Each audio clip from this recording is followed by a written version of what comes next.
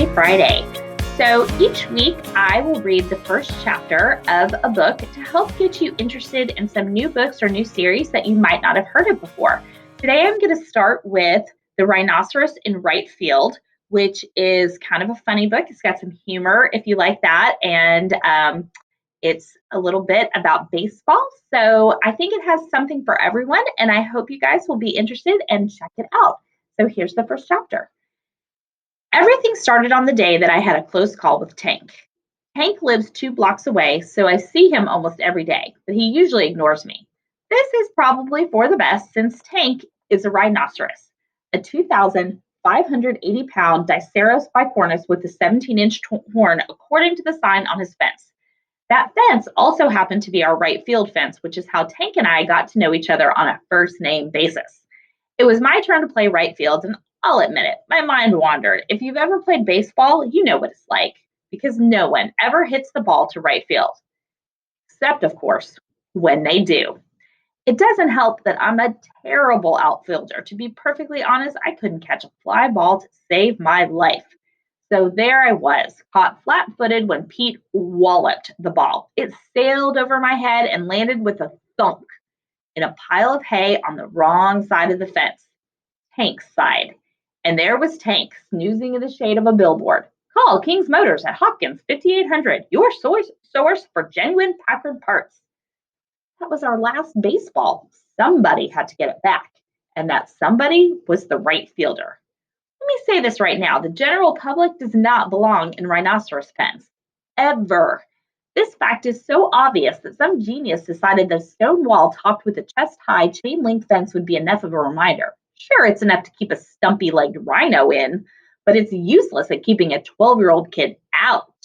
Because here's another obvious thing. Baseballs do not belong in rhinoceros pens either. What if Tank ate the ball? That would end the game in a hurry, or at least postpone it. The truth always comes out in the end, so to speak. The fellas gave me their usual encouragement. What you waiting for, Nick? I think he's chicken, that's what I think. Some right fielder you are. What are you scared of, a little old rhino? I dropped my mitt and sized up the situation. Hopped the fence, grabbed the ball, and back to safety. 6 seconds, tops. Or never, depending on the reflexes of the rhino. Yep, he's chicken all right. Bonk, bonk, bonk. I took a deep breath, wound myself up, and vaulted the fence, up and over. Attaboy, Nick. Raced to the hay pile. Hurry up. Grab the ball. That's not the ball. What is that? There's the ball. Snort. Run. Don't look back. Over the top and out. Exactly 2,580 pounds of muscle crashed into the wall behind me, leaving a tank-shaped dent in the stone. I may be making up that last part, but everything else is true, I swear.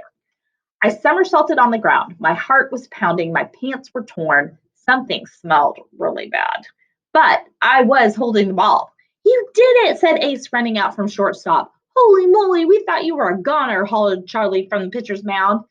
Chuck just stood there in left field with his mouth hanging open. Look at you, Spiriakis. Here came Pete, swaggering out from home plate with the bat on his shoulder. You might live to finish 6th grade after all. Now grab your mitt and hand over that muddy ball. That was a home run, and it's 4-3, still 2 outs. I stood up, brushed myself off, and flipped the ball to Pete.